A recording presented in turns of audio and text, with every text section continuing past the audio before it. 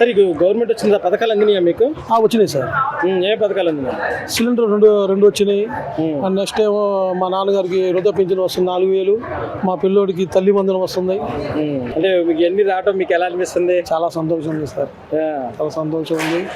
మళ్ళీ మన deputy CM గారు చెప్పినట్టు 15-20 సంవత్సరాలు మళ్ళీ చంద్రబాబు మళ్ళీ రావాలి. ఎందుకని అంటారు? డెవలప్మెంట్, పిల్లలు జాబులు సార్. మెయిన్ ఏంటంటే మా పిల్లోడు బీటెక్ చదువుతున్నాడు అండి. మా బీటెక్ సెకండ్ ఇయర్ చదువుతున్నాడు. ఇంకొక 2 సంవత్సరాలు చదివితే మాకు పిల్లోడికి జాబ్ అయిపోతుంది.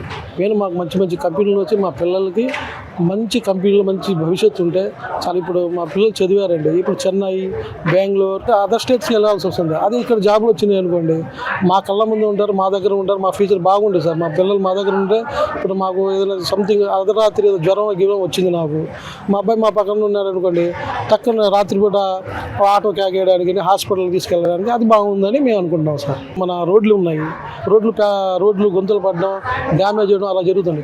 ఎమ్మటి చిన్న ప్యాచ్లే చేస్తున్నారు. ఇంతమంది ఎక్కడ జరిగింది సార్ ఇది? జగన్మోహన్ రెడ్డి బాగా చేశాను అది ఇదని అని అంటున్నారు కదా. జగన్మోహన్ రెడ్డి గారు బాగా చేస్తే 11 ఇవ్వరు కదా సార్, 11 ఇవ్వరు కదా సార్ జనాలు. సార్ ఏది మాట్లాడిన సార్ బయట మాట్లాడుకుని ఎలా సార్? అసెంబ్లీకి రండి సార్, అసెంబ్లీకి వచ్చి ఫైట్ చేయండి. అంతేగాని బయట కూర్చొని మా వాళ్ళ ఛాంబర్లో కూర్చొని మాట్లాడితే కుదరదు కదా సార్. మన చంద్రబాబు నాయుడు గారికి, కూటమి ప్రభుత్వం అందరికీ నా ధన్యవాదాలు సార్.